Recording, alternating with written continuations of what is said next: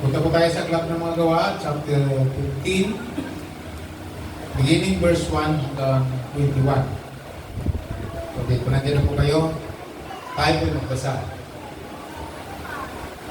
May mga taong galing sa Judea na pumunta sa Antioch at nagturo sa mga kapatid doon na silang mga hindi Hudyo ay hindi maliligtas kung hindi sila magpapatuli ayon sa kaugaliang itinuro ni Moses. Hindi ito sinang-ayunan ni Pablo at Bernabe at naging mainit ang pagtatalo nila tungkol dito. Kaya nagkaisa ang mga mananampalataya roon na papuntahin sa Jerusalem sina Pablo at Bernabe at ang iba pang mga mananampalataya sa Antioch para makipagkita sa mga apostol at sa mga namumuno sa iglesia sa bagay nito. Kaya pinapunta ng iglesia sina Pablo at nang dumaan sila sa Pinisia at Samaria at binalita nila sa mga kapatid na may mga hindi Hudyo na sumampalataya kay Kristo. Nang marinig nila ito, tuwang-tuwa sila. Pagdating ni Pablo sa Jerusalem, tinanggap sila ng iglesia ng mga apostol at ng mga namumuno sa iglesia. Binalita nila ang lahat ng ginawa ng Diyos sa pamamagitan nila. Pero tumayo ang ilang mananampalatayang miyembro ng grupo ng mga Pariseo at nagsabi kailangan pulihin ang mga hindi Hudyo at utusang sumunod sa utusan ni Moses. Kaya nagpulong ang mga apostol at ang mga namumuno sa iglesia para pag-usapan ang bagay nito. Pagkatapos ng mahabang pag-uusap, tumayo si Pedro at nagsalita, "Mga kapatid, alam niyo na pinili ako ng Diyos noong una mula sa inyo para ituro ang magandang balita sa mga hindi Hudyo. Nang sa gayoy, makarinig din sila at sumampalataya. Alam ng Diyos ang ilalaman ng puso ng bawat tao. At ipinakita niya na tinanggap niya ang mga hindi Hudyo dahil binigyan sila ng banal na espiritu katulad ng ginawa niya sa atin. Sa paningin ng Diyos, tayo mga Hudyo at silang mga hindi Hudyo ay pareho lamang. Dahil lininis din niya ang kanilang puso ng sumampalataya sila. Gayon din, bakit niyo sinusubukan ang Diyos? Bakit niyo pinipilit ang mga hindi Hudyong taga-sunod ni Jesus na sumunod sa utusan na kahit ang ating mga ninuno at tayo mismo ay hindi makasunod? Naniniwala tayong naliligtas tayo sa pamamagitan ng biyaya ng Panginoong Jesucristo at ganito rin naman ang mga hindi Hudyo. Nang marinig nila iyon, tumahimik silang lahat at pinakita nila ang salaysay ni Bernabe at Pablo tungkol sa mga himala at mga manghang bagay na ginawa ng Diyos sa mga hindi Hudyo sa pamamagitan nila. Pagkatapos nilang magsalita, sinabi ni Santiago, "Mga kapatid, makinig kayo sa akin. Ito sa atin ni Simon Pedro ang unang pagtawag ng Diyos sa mga hindi Hudyo para may mga tao rin mula sa kanila na maging kanya. Ito'y ayon din sa mga sinulat ng mga propeta noon. Kaya sinabi sa kasulatan, pagkatapos nito, babalik ako at itatayo muli ang bahay ni David ng bumagsak. Ibabangon ko itong muli mula sa pagkaguho para hanapin ako ng ibang tao ang lahat ng hindi Hudyo na aking tinawag na maging akin. Ako ang Panginoon at nagsabi nito. Ang pandagal ko na itong ipinahayag." Sinabi ni Santiago, "Kaya kung sa akin lang, huwag na nating kahirapan ang mga hindi Hudyo na lumalapit sa Diyos. Sa huli, sulatan natin sila na huwag kumain ng mga pagkain inandog sa mga Diyos-Diyusan dahil ito'y itinuturing nating marumi. Iwasan nila ang sexual na immoralidad at huwag kakain ng dugo o ng karne ng hayop na namatay nang hindi tumulog ang dugo. Ito ang mga utos ni Moses na dapat nilang sundin para hindi madiri ang mga Hudyo sa kanila. Dahil mula pa noon, ang kautusan ni Moses ay binabasa na ng mga Hudyo sa kanilang sambahan tuwing araw ng pamamahinga at itinuturo nila ito sa bawat bayan." Pagpalain ng Panginoon yung mga salita niyang ating binasa. So, ang ating pong paksa ngayon ay yung pag-iwas sa mga conflict o pag-iwas sa mga hindi pagkakasundo sa church o sa buhay ng mga alagad.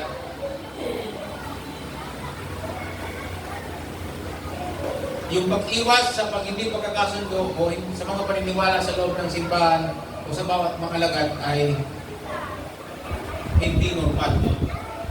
So, ibig sabihin, ang conflict ay normal. Sabi na sabay, normal. Ang hindi pagkakasundo sa loob ng church ay normal. Sa bawat alagad. Kasi meron tayong kanya-kanyang upbringing. So, ang paglago ng church ay normal. Ang mga, di pa sabi sigalot, yung mga paniniwala ng bawat isa. Ang church pag lumago, kasi galing tayo, ang church ay nanggaling sa iba't ibang kalagayan. Yung mga nakapag-aral, hindi nakapag-aral. So, binibig ang educated. Merong formal na edukasyon, merong hindi formal ang education. Merong reliyoso, may hindi reliyoso. Kanina, kinakausap ko nga lang po yung nagtatrabaho doon sa faculty yung walay bilas ni Nico. Nandiyan ba si Nico? Bilas ni Nico. So dati daw po siya born again sa Zamboanga. Tapos yung isa naman, isang piece lang daw siya nakapasok ng simbahan ng Katoliko nang siya'y bininyagan. Yun lang. So siguro pag namatay, yun ang pangalawa. So makikita natin ang church, tayo mga alagad, ay nanggaling sa different areas of life. Galing tayo sa event of iba-ibang upbringing.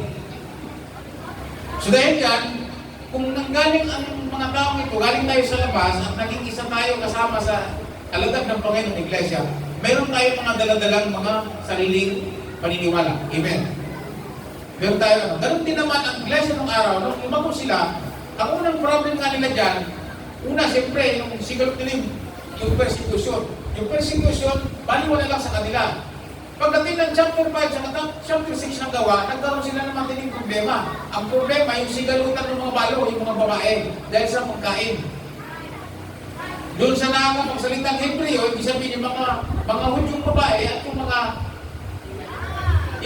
mga Helenista, yung mga convert na balo, na hindi sila nararasunan.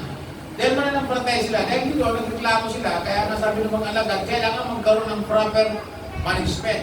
Doon pa lang mayroon ng pagkatalo. Parang sinasabi ng mga babaeng marunong magsalita ng Hebreo, mas meron kami karapatan sa ayuda. Kami, mga tunay, kami mga Hudyo. Wala kami mismo sa liti ni Abraham. Kayo, pistiso kayo. So, ibig sabihin, second choice na lang kayo sa ayuda. So, dahil nagkaroon ng pagkatalo, doon pa lang yung may problema na, may sigalot na. Paano sa panahon din ng Jesus Christ sa kanang babaeng Samaritana, doon sa chapter 4 ng Juan, nasabi ng babae, ba't Hudyo ka? Ba't nagiging magwasok ka sa akin? Isang Samaritano. So yung pagkikita rin, doon pa lang yung Hudyo, saka yung mga mistisong Hudyo, o Samaritano, mga lahing hindi Hudyo, isang Gentiles, ay mayroon ng conflict. Sino po conflict? Mayroon na pong alitan agad na hindi nagbabatian. Ang ibang pa nga, sabi ko nga na iba, pag hindi ka Hudyo at dumaan ka sa harapan ng isang Hudyo, dudura ko yun. Dudura yun, ibig sabihin may dumaan marumi. Kung palang mayroon ng conflict. So na ang church ay lumalago na, dito sa ating pinag-aaralan, kung lumalago na ang church, eto na. Kasi nga, dati sina Pedro pa lang, sila mga apostol pa lang, at dumami ng mga alagad. Ay nung pumunta si Pablo sa kasi si Bernabe sa Antioch, maraming sumampalataya mga hindi Hudyo. Maraming tumanggap, pero nagkaroon ng iglesia sa Antioch. May mga dumating na mga mananampalataya na mga kaanib sa tinatawag na dating kaanib ng reliyong Pariseo. Yung mga Pariseo ay mga edukado. Sila yung mga scholar pagdating sa kautusan ni Moses. Sa yung mga aklat ni Moses, yung tinatawag na Pentateuch, Genesis, Exodus, Leviticus, Numbers, Leviticus, sa Deuteronomy. Master po nila yun. Sa kayong mga sinulat ng mga propeta. So, point for point, kaya ko na i-explain yun. Nung time na yun, ang sabi, marami nang sumampalataya sa Panginoong Jesus. Kasama na po ibang mga membro ng mga Pariseo. Ibig sabihin na convert na itong na to. So, ibig sabihin, galing sila ng sarili yun, meron silang aral na galing. Sa aral ng mga Hudyo. So kaya nung sila tumanggap sa Panginoon, meron silang unang aral ng kaligtasan. At para sa kanila, ang pagsunod sa utusan para na maligtas.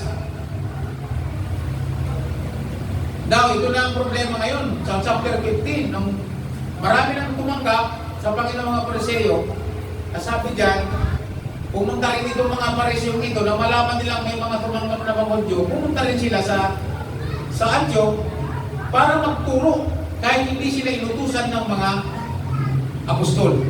At sa kanilang turo, yung kaligtasan, di ba, pag tumanggap kay Kristo, ligtas ka na.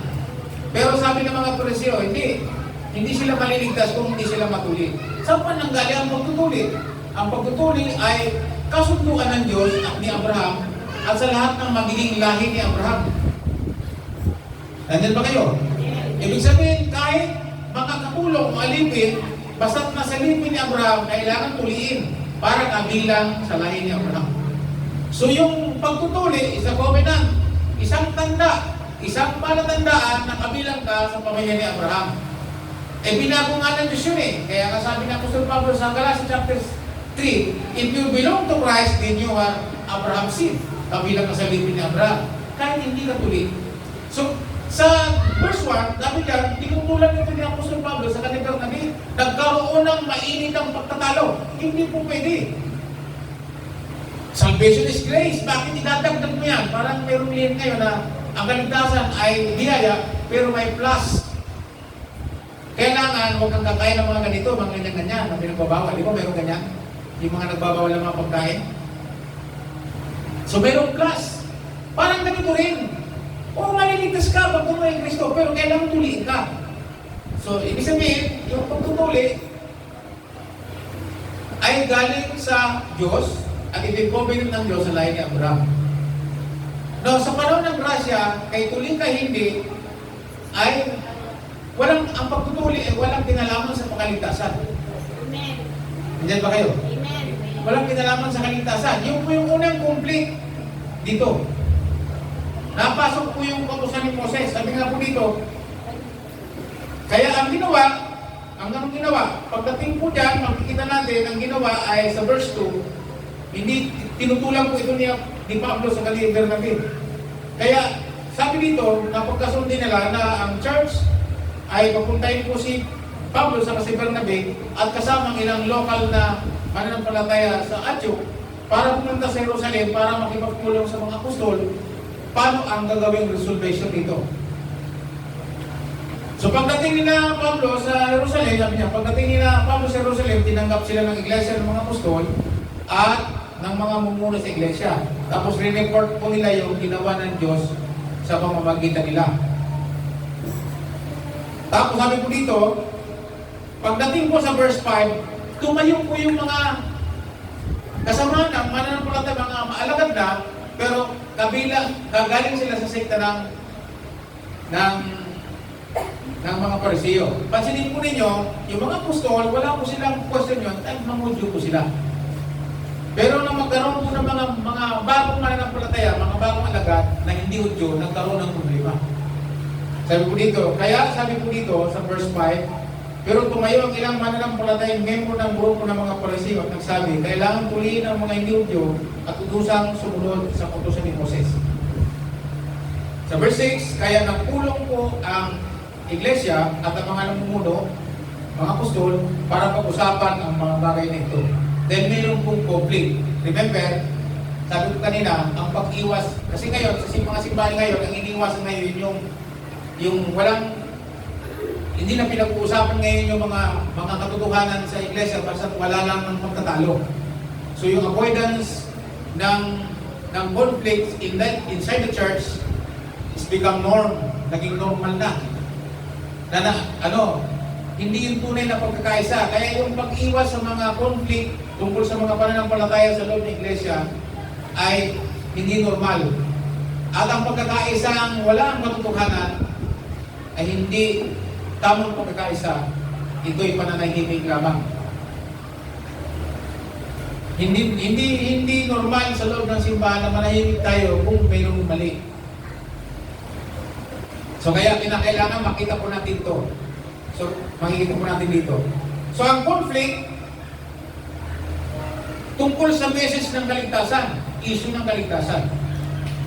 Kasi sabi ng mga Pariseo, sabi ng mga religious people, na dating religious people, hindi, kailangan nila sundin ang utos ni Moses at kailangan silang tuliin para sila maligtas. Pero yung tumanggap kay Kristo, ligtas na agad yun. Yun ang hindi matanggap ng mga sumusunod sa kautusan. Parang unfair. Kami, sumusunod sa kautusan ni Moses, nagpatuloy kami, tapos sila. Tinanggap lang na sila, ligtas na. Eh, yun ang sinasabi ng banal na kasulatan. So, yun ang conflict. Mayroon pong hindi magandang pagtatalo. Kaya sabi po dito, na magpulang mga apostol, tumayo si Pedro. Sa chapter 10 po ng Gawa, mababasa po niyo na sinugo ng Diyos para yung mga hindi Hudyo, tulad ni na Cornelio, ay makakilala. Dahil nasa kasaysayan, mababasa natin na hindi pa nga tapos si Pedro mangaral, bumaba ng Holy Spirit. Si Pedro, mayroong sumama sa kanya, pupunta doon sa Joppa. Pupunta kay na Cornelio, 6 na alagad ang kasama po niya. At nung mangyari nga po yun, mapapansin po ninyo, nung bumaba ang Holy Spirit sa kanila, sila nag-speak in tongues, sabi ni Pedro, katulad na natin sila ngayon, ang kausap po niya yung 6 ng kasama. Bumaba na rin sa kanila ang Holy Spirit. Ngayon, sino pa ang pipigil para sila bautismuhan sa tubig? So kaya inutos ni Pedro, bautismuhan sa tubig yung mga grupo ni Cornelio na tumanggap sa Holy Spirit. Sino nang bautismo? Si Pedro? Ito pa, isa pang turo dito. Si Pedro, hindi nagbautismo.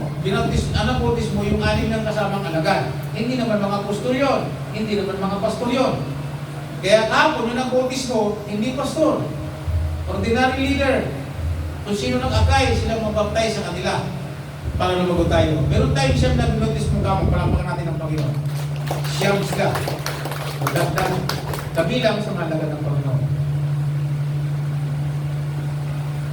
So, yung obligasyon ng kanilang mga leader, ongoing. Yung kanilang fellowship, yung kanilang cell group, yung mission, tuloy-tuloy po yun. Tuloy po natin. Makikita po nyo dito, pagkatapos po ito, sinabi nga po dito ni Pedro sa verse 8 na alam ng Diyos ang inalaman ng puso ng bawat tao at ipinakita niya sa tinanggap niya ang mga hindi Hudyo. So, makikita natin dito, sa Diyos, sabi ni Pedro, hindi nakakalabang ang Hudyo sa mga hindi Hudyo. Sa paningin ng Diyos, pareho lang. Amen? Binanggit din niya na Apostol Pablo sa aklat ng Roma chapter 3 na maging Hudyo, maging hindi Hudyo, kailangan tumanggap kay Kristo para maligtas. Wala ang issue ng pagtutuli o ng pagsunod sa kautusan. So ang conflict dito, yung message ng kaligtasan, mayroong doctrine ng kaiba. Hindi masama ang doktrina, pero kasi ang doktrina ay foundation ng pananampalataya. Pero ang doktrina ay hindi nakabase sa kaligtasan. Dahil ang kaligtasan, ang doktrina ng kaligtasan ay kailangan tanggapin mo si Jesus bilang pagligtas, yun lang yun. Pag tumanggap ka, ligtas ka na, ang kasunod ay water baptism. Dahil yung doktrina na pag hindi ka na bautismo, hindi ka ligtas, hindi rin yun. Magbibigay din ng conflict yun sa simbahan. So makikita po ninyo, para maiwasan dito, nag-usap sila.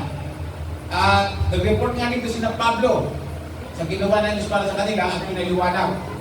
Kaya dito, makikita natin, nung pagkatapos po nila, sabi nga ni Pedro, bakit ninyo sinusubok ang Diyos? Sabi niya, huwag nating hadlangan ang mga hindi Hudyo lumalapit sa Diyos. Na kahit na tayo at ang aming mga inuno, hindi na kaya nang sumunod doon sa utos na yun. Huwag na natin silang papasanin. Lagi ka doon. So dito na lang. Kaya gumawa po sila ng resolusyon. Pagkatapos po niyan, tumayo po si James, si Santiago, the brother of Jesus, yung kapatid nila sa Laman, yung anak ni Jose sa kanila. Sabi po ni James,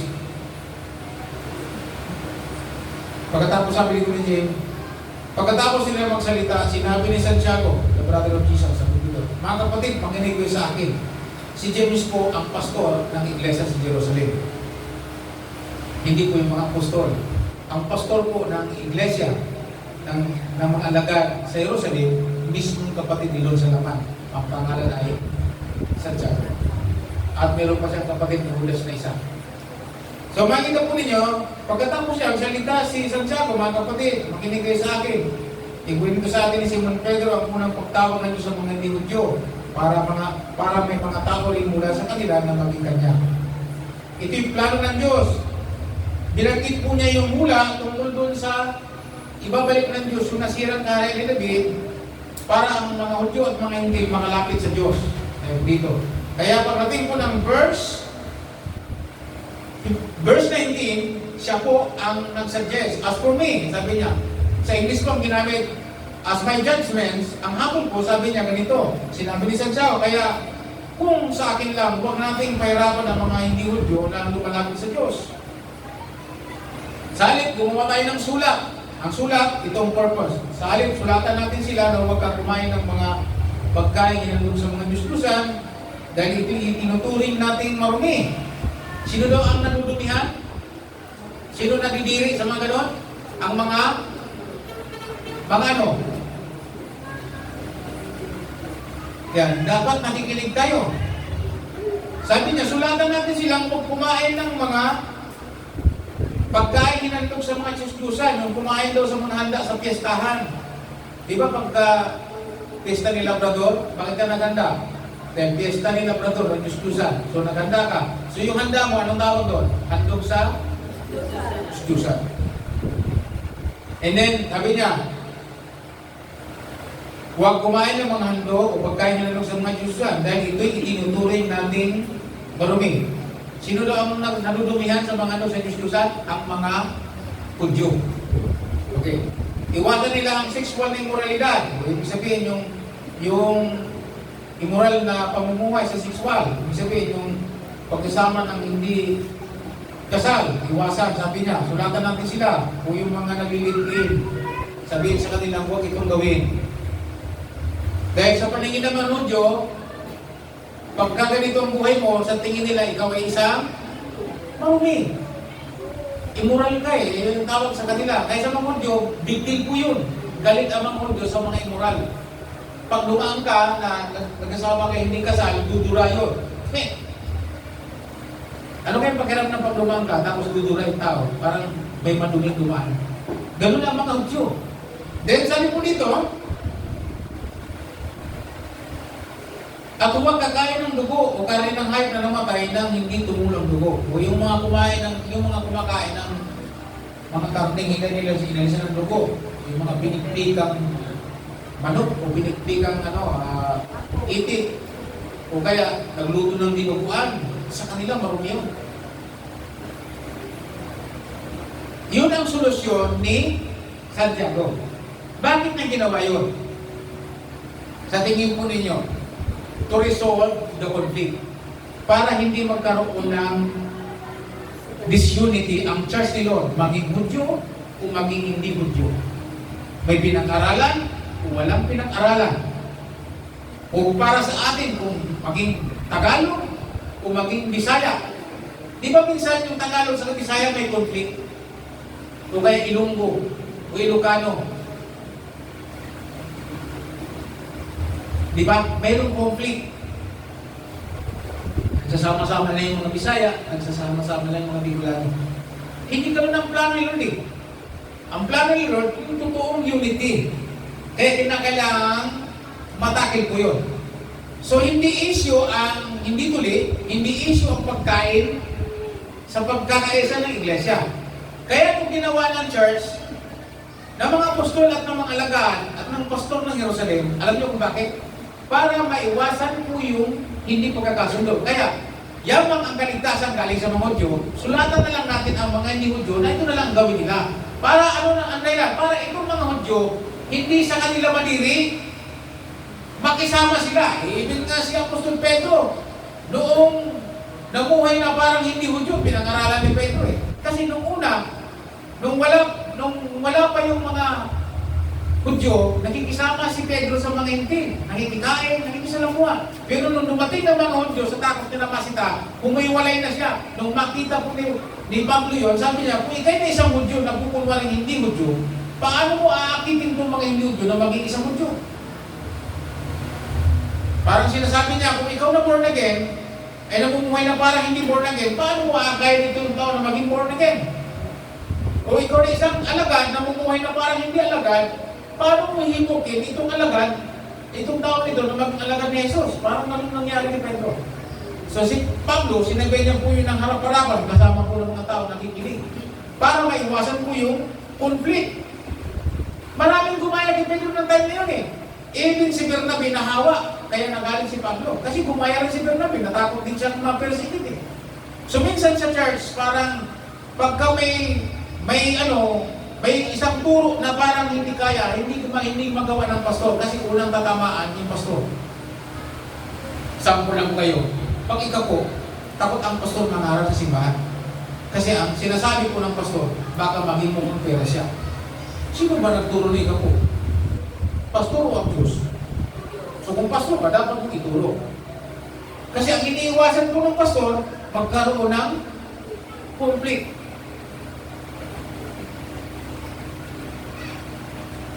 Ang conflict, sinusolusyonan ayon sa salita ng Diyos. Ginawa ba ng mga apostol? Ginawa. Kaya pag-iusap na lang, ganito na lang, makisama na lang kayo, ulo. Pwede kayong kumain ng dinuguan, pwede kayong kumain kasi talagang kinakain nyo naman dati yan. Nung makatulong kay Kristo, wala namang kaugnayan sa pagkain. Ang kaligtasan ay walang kaugnayan sa pagkain. Amen? Amen. So kaya ginawa na lang, ganito na lang. Makisama na lang kayo dahil tumanggap naman kay Lord. Ang purpose ng mga Hudyo, ito na lang ang gawin nyo para itong mga Hudyong mananampalataya hindi madiri sa inyo. Yun din ang itinuro ni Pablo nung siya'y nagngangaral palibot, yung mga church na inabutan po niya na nagtitipon, pinangaralan niya yung sulat ng mga lagad na pinadala.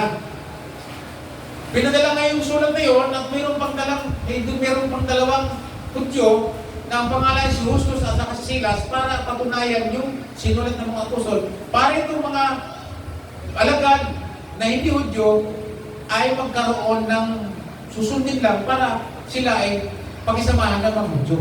Walang hidwa ang mangyari. So nakita po ninyo, ang church habang lumalago, nagkakaroon ng conflict. At ang conflict, sinusolusyonan ayon sa katotohanan ng salita ng Diyos. Amen po ba?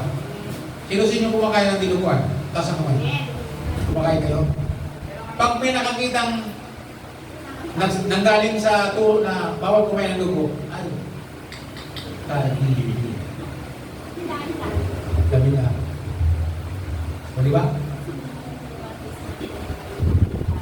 So ano dapat natin gawin? Dahil isa ka mananampalataya at alam mong mayroong matitison, magtago ka, huwag mong ipakitang, sarap nito bro, may puto, parang may suntok pa eh. Ay sabihin yung isa hindi kumakain. Tapos bago pa, anong mangyari? Hindi na natin yun. Bakit? Sinira po ang kanyang konsensya. So dapat yung mga ganyan, solusyonan natin sa simbahan. Ano sabi ni sister? Magtago ka. Huwag mong ipamukha na, kasi wala naman kung nahin sa ligtas yan. Ano sabi ni Jesus? Ano na nagpaparumi sa tao? Lumalabas. Ang lumalabas yung hindi natae. Pagkakain mo, labas siya, lalabas dito. Ano nagpaparumi? Yung kabunganga mo, katichismis mo, yung nagpaparumi sa'yo. Kuya nyo? Kung sa atin, sa church natin, kung may yun ang solusyonan natin, yung kabunganga natin, kasi yung paporma sa atin. Huwag mong pakialaman yung kinakain niya, wala namang kuknayan niya sa pagkain. Ang kaligtasan. Nung tinagay niya si Kristo, naamuro naging siya, na makilala siya, nagsimula siya maging alagad, walang kuknayan yung pagtutulit sa hindi pagtutulit. Parang, sabihin, salitang kanto to, salitang Tagalog. Pag nalaman mo yung tao, lalo na ngayon sa social media, kung sumuso yung mga nagkumagaw ng content, pang lalaki hindi tuli, tawag supot. Supot. Parang may kulang, parang hindi ligtas. Hindi, sabi ng Bible, walang kumplayan niya dyan. Huwag mo nang pakialaman niya kung tuli o hindi tuli. Ang importante, nasa Panginoon siya. Amen po ba? Minsan nagiging conflict po yun. Yung pagtutuli, hindi galing sa mga hindi Hudyo, yung galing sa mga Hudyo. So ang pagtutuli, hindi po yung doktrina. Parang tao masama sa kaligtasan. Ang pagkain na hindi po doktrina para masama sa kaligtasan. Nakababasa po natin to resolve the conflict sa church. Noong araw, hindi ko po alam, pinag-aralan ko mabuti. Minsan, yun ang mga big deal sa simbahan. Yung mga doktrina walang kaugnayan sa kaligtasan. Kaya ang sabi dito, huwag na natin silang pahirapan na hindi nga nakaya ng ating mga ninuno at hindi nga natin magawa. Di po ba? So anong gagawin? Sabi niya, magkusulatan na lang natin sila para itong mga Hudyo hindi madiri sa kanila. So ito naman mga hindi Hudyo, anong gagawin? Kailangan mag-comply sila. Ang sabi sa Biblia, nung dumating ang sulat at nabasa ng mga hindi Hudyo, sumampalataya, tuwang-tuwa sila. Tuwang-tuwa sila dahil nagkaroon ng utos na hindi nila gagawin. So okay, sabi ng mga hindi Hudyo, hindi na rin kami kakain ng mga handog sa piyesta. Masarap ba ang handa ng piyesta? Ha? Diyos-Diyosan yan eh. Walang masama. Ang sabi ni Pablo, kung ikay hinaiyan ang pagkain, kung unang tanongin kung saan galing. Nabasa niyo na ba yun? Kasulat ni Pablo, huwag mo nang tanongin, kainin mo na lang. Pero kung mayroon nagsabi, naku, bro, galing yan sa piyesta, huwag mong kainin. Alang-alang doon sa sabi. Kung mayroong hindi kumakain ng karne, dahil nakakaya mo ng karne, huwag ka nang kumain ng karne dahil alang-alang sa hindi kumakain ng karne. Kung meron namang hindi kumakain ng gulay, huwag ka nang kumain ng gulay, alang-alang doon sa hindi kumakain ng gulay. Yun sabi po ng Bible. Ano yun? Pagmamalasakit sa paniniwala ng isang kapatid. Yun din ang meaning ng sulat ng mga apostol sa kanila. Para naman itong mga Hudyo, hindi naman mandiri sa inyo. Kasi pinadidirian nga ito ng mga Hudyo. Dahil sa kanilang masukid na pagsunod sa kautusan. Kaya nga nagtalo sila. Hindi. Walang ugnayan ang pagkain, ang pagtutuli, ang mga doktrinang yan sa kaligtasan. So, anong kailangan? Sabi ng mga apostol, so what we do? Anong gagawin natin? So, nag-usap sila. At sa kanilang pag-uusap, nababasa natin, kaya ang gumawa ng solusyon, sabi nga ni Pedro, bakit pa kayo sinusubok nyo ang Diyos? Ngayon pa lang, tinawag naman sila ng Diyos, bakit kailangan silang pasunurin sa mga bagay na hindi natin tayo gawin? Then po kayo mga kapatid. So ang kaligtasan ay naka-depende sa ating personal relasyon sa ating Panginoon sa Lord and Savior. So yung complete, dapat talakayin ay normal dito. Halimbawa, dito sa church. Dito sa ating ngayon. Ano yung normal ngayon? Pagka mayroong pinagtatalo na ang pagsamba, Sabado, hindi Linggo. Pagtatalo po yun. Diyan ang araw doon po ng Linggo ay hindi Sabat. Nagiging problema po sa simbahan yun. So kailangan alam po natin ang salita ng Diyos. Ang araw ng pagsamba ay binago po ng Diyos. Ano sabi po ng Panginoon sa salita ng babae, kung nabasa niyo sa chapter 4 ng Juan, sinasabi ko sa Ginang na ang panahon na ngayon na mga tunay na sasamba sa Ama ay sasamba sa Espiritu at katotohanan. Sinasabi ninyo na kayo mga Hudyo, doon lang sa Jerusalem sasamba sa araw ng Sabat. Hindi. Ang mga tunay na sasamba sa Diyos ay sa Espiritu at katotohanan. Kay Lunes, kay Martes, basta ginawa mo sa Espiritu katotohanan ay yung pagsamba. So ang worship, hindi niya nakadepende sa araw. Ang worship ay magiging lifestyle na lang isang agad.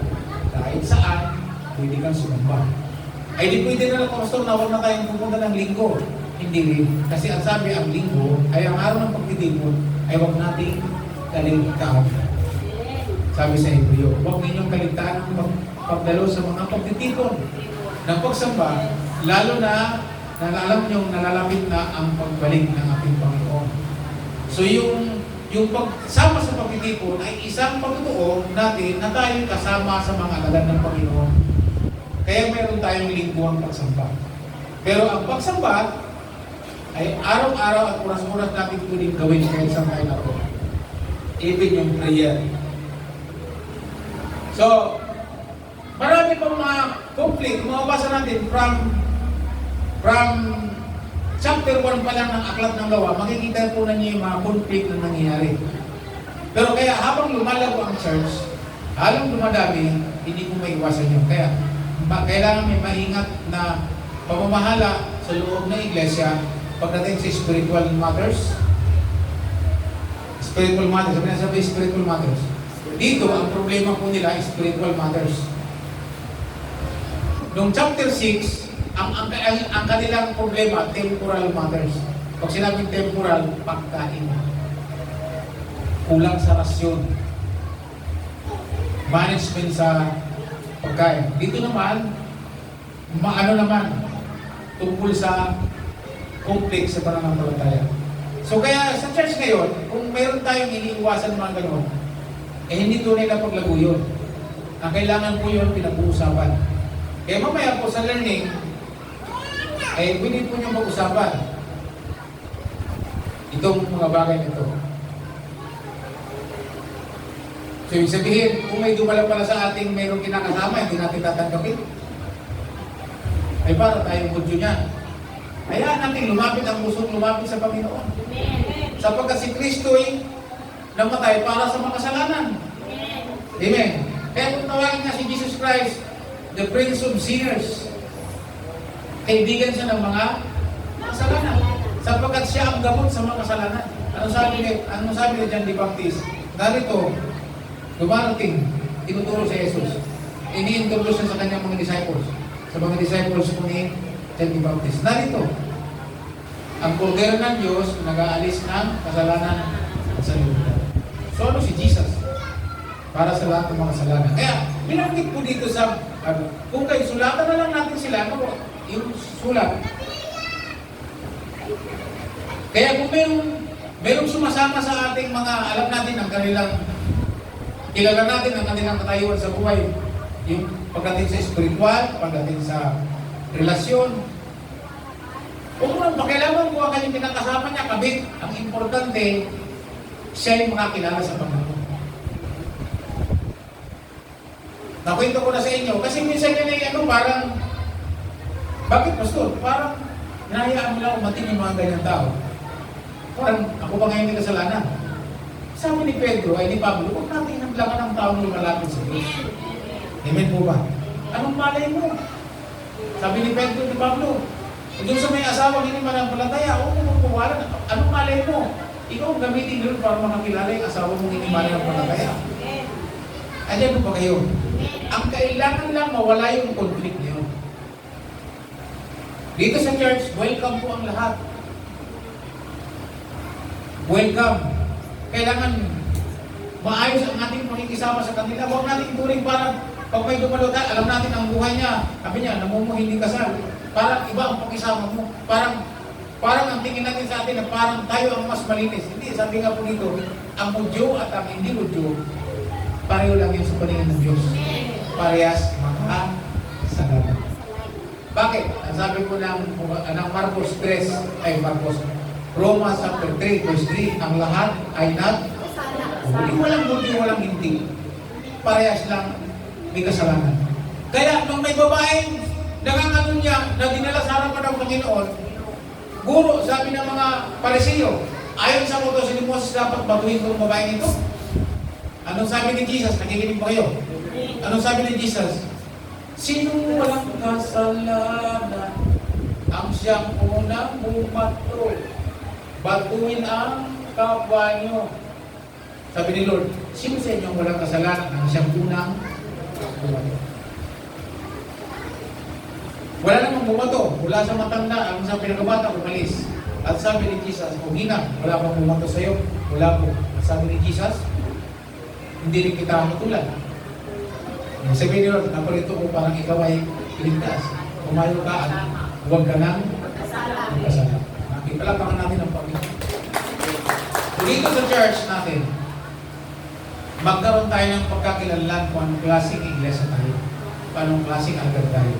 Tayo mga alagad na hindi mapang-ako. Sa Diyos, tayo at ang hindi mananampalataya, ang tingin ni Lord pareho lang. Ang pagkakaiba lang, gusto ni Lord na maligtas sila sa pamamagitan natin. May iniintindihan ba kayo mga kapatid?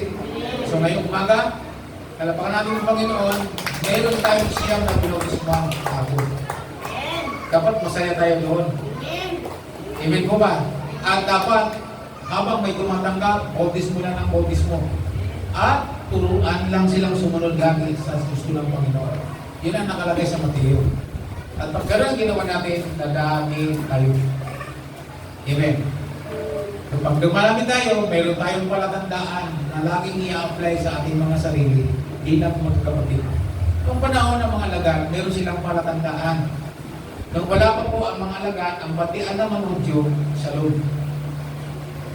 Kahit malayo, shalom.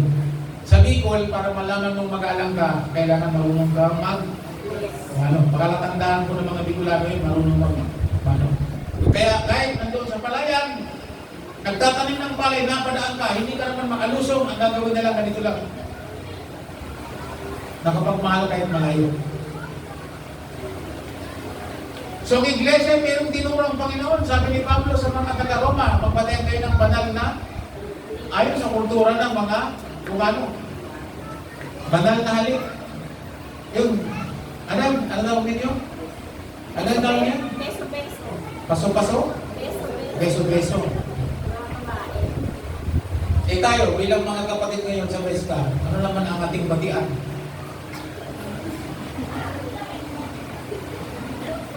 Di po ba? Ang church dapat nag-a-apply mo ng pagkakailangan ng bawat simbahan. Going below. Ano tayo? Ganyan tayo. Uy! Ibig sabihin, alagad na nasa mga taga-Westa. So, kung meron kayo natutunan ngayong umaga, i-ano po niyo sa inyong learnings. Kasi para mawalan tayo ng mga anuhin sa buhay. Kung alam mo na bago at pwedeng matisod, kahit matakaw ka sa malakas kang kumain ng dinuguan, yan mo na. Aminin mo, sabihin mo, ito bang tao ito na lang dito? So walang problema kung asan si Lugan ay piyesta? Ha? Nangingin piyesta kayo? Hindi naman mo siya yata rito yung handaan eh. Hindi. So walang problema. Sa Bicol, problema malaki yun. Kaya talaga pag piyesta, umulog. Bawat bahay, mayroong sumisigaw na baboy, manok, talaga naghahanda sila. At lahat ng pumupunta talagang pinakakain. Kaya sila tatay, problema nila nung araw yun. Pero pagdating ng piyesta, naghahanda rin sila at pinaliliwanag nila, naghanda kami, hindi para sa piyesta nito ha, hindi sa piyesta nyo, naghanda kami kasi nakagawian nyo talagang pumunta at kumakain. So pinaliliwanag nila. Pagluto kami, hindi para dyan sa inyong patron. Kasi mga born na kayo, mga alagad na kami ni Lord. So ang aming ginagawa, naghahanda kami kasi nakagawian na kasi ninyo pumunta. Kaya itong handa namin, hindi para sa piyesta, kundi handa namin para sa inyo kasi para sa kaya. Nasa pagpapaliwanag na lang mga kapatid. Halimbawa, kung kumakain ka ng dinuguan, paliwanag mo. Sister, huwag kang makikisod ha. Ngayon kung hindi mo kaya ipaliwanag, diba? Kung kaya mo ipaliwanag mo sa tao, yung tinuturo ko ngayon, kung kaya mo paliwanag, sinulat yun para mawala yung sigalot sa mananampalatayang Hudyo at hindi Hudyo. Yun ang purpose nun eh. Ngayon, kung ngayon may kumakain ka at hindi mo pang ipaliwanag, tama yung sinabi ni sister, itago mo. Doon ka sa loob ng share kumain o sa loob ng kwarto. Diba? Ngayon kung kaya tatanungin na gano'n, ipaliwanag mo. Mausap kayo, bili tayo ng puto. Ngayon kung talagang meron kang conviction. May conviction ka doon sa dugo, katulad si Kuya, may conviction. Huwag kang kumain. Conviction mo yan eh. Ang sabi dyan, anong sabi sa conviction? Budhi. Kinukonsensya ka ng budhi mo. Kasi nababasa mo naman sa Bible, kasi sabi namin sa Bible, kasi nung una pa, ang sabi, makinig kayo, ang sabi ni Santiago, kasi nung una pa, binabasa na ang kautusan ni Moses. So kailangan ipagawa. Nasa sa iyo yan. Kaya huwag ninyong husgahan, yung mga kumakain dinuguan, hindi ligtas. Wala po yung sa Bible. Pero conviction po yun ang tao. Nasusulat, ang sabi, ang bawat isa ay magsusulit ayon sa kanyang Ginawa. ang gumagawa ng hindi ayon sa pananampalataya, sabi sa Roma, ano? Nagkakasala. So, palapagan natin yung Panginoon. So, alam natin kung paano mag-resolve ng conflict. Kung ang unang malagad, yung management nila sa spiritual conflict, ginagawa po nila para sa paglago ng tunay na iglesia, sa tunay na pagkakaisa ayon sa katotohanan, dapat tayo din sa church. Ginagawa natin ito ayon sa salita ng Diyos. Ang pananahimik na hindi ginagawa katotohanan ay problema po yun. Kung may mga complex sa simbahan at hindi tinatalakay, hindi po maganda yun. Sa iba doon, yung avoidance ng conflicts sa church ngayon, nagiging normal lang. Nananahimik ka lang po. Di po ba? Nabanggit ko kanina, yung pagkalimbawa, lalo sa simbahan, may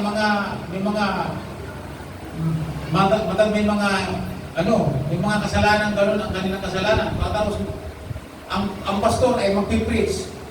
Dapat magandang presentasyon ng pastor para anong tao. Ay, pinarinigan ako ng pastor ng linggo. Alam naman talaga niya. Meron nga isang church, nag-preach, sabi niya, alam niya yung isa niyang tinatawag na member, merong mga babuyan na litsunin na. Sabi niya, pwede ka mag-offering ng litsuning baboy. Sabi niya, alam naman talaga niyang ako'y may baboy, pinarinigan ako ng linggo. Nung linggo, hindi umating, kasi manadaling baboy niya eh. Pinau-offering yung baboy. Pinarinigan, kapatid, conflict na agad, baboy pa lang. So ngayon sa ating ngayong umaga, pag nakakarinig po kayo ng salita na sa parang tinamahanga, hindi natin galing maladya o mamaril ng simbahan. Nung araw, galing po yun. Pero ngayon, generalize ang ating pagtuturo para lahat mag-beneficio. Hindi po ba? Ngayon, kung meron man po tayong gano'n, magsikap tayo na maging maayos tayo ayon sa paningin ng Diyos. Pero never po kayong husgahan. Isa lang po ang huhusga. Hindi po si Fernando po. Isa lang ang huhusga. Alam naman kung sino yung nag-iisa. Sabi niya, huwag daw natin hatulan ang ating kapwa. Ibig sabihin, huwag natin pakialaman kung ano meron sila. Ang importante, lumapit po tayo sa Panginoon. Even nga sa prayer, may problema sa prayer. Yung mga mapangatol sa pranalan, meron pala gano'n. Nabasa niyo na ba yun, yung isang pariseo at isang publikanong nananalangin sa templo? Sabi po nung reliyosong tao, Panginoon, salamat po sa inyo sapagkat hindi ako katulad ng taong ito. Dahil ganit, tinuturo po niya yung publikano, yung hindi Hudyo. Ako, nagpapasting po ako ng makalawa. 2 times ako magpasting sa linggo. Nagbibigay ako ng ikapo at ng mga offering. Sabi niya, nagbibigay ako ng tithes, offering, pratinagay, at puso po ng priest. Parang gano'n. Yung gano'n. Itong taong ito, wala. Kung ano na pang ginagawa sa buhay. So ngayon, tapos sa panalangin naman ng isa, o Diyos ko, patawarin po na ako'y na isang makasalamat. Sabi ni Jesus, sa tingin mo, sabi sa mga alagad, sa tingin mo, sinong i-bless? Yung mga pag-ibabaw na mananampalataya o yung isang makasalanan na lumapit sa Diyos? Hindi makasabot yung mga alagad. Kasi mag-uudyo sila eh. Pagpapalain ko yung tao, humihingi ng kapatawaran ng kaligtasan. Andyan po kayo. So kaya tayo, huwag tayong maging nakapag-aral na tayo, nakatapos tayo, wala po ditong sabi nga ng Bible, pagbabasa natin sa Bible, yung education sa Word of God, hinuhubog ang ating isipan. Pero ang tunay na transformation ng gagaling ni Jesus, at ang tinatransform ni Jesus ang ating puso. Ang tunay na pagbabago ang gagaling sa puso. Pag nagbago ang puso natin, magbabago ang ating isipan. So kaya mga kapatid, yung mga nag-decide na mag-baptize, we believe na sa inyong magpatuloy, na unawaan nyo ngayon na dito sa atin, na tayo sa posisyon na katulad ng sino man. Kaya para maiwasan po yung conflicts inside the church. Tayo manalangin.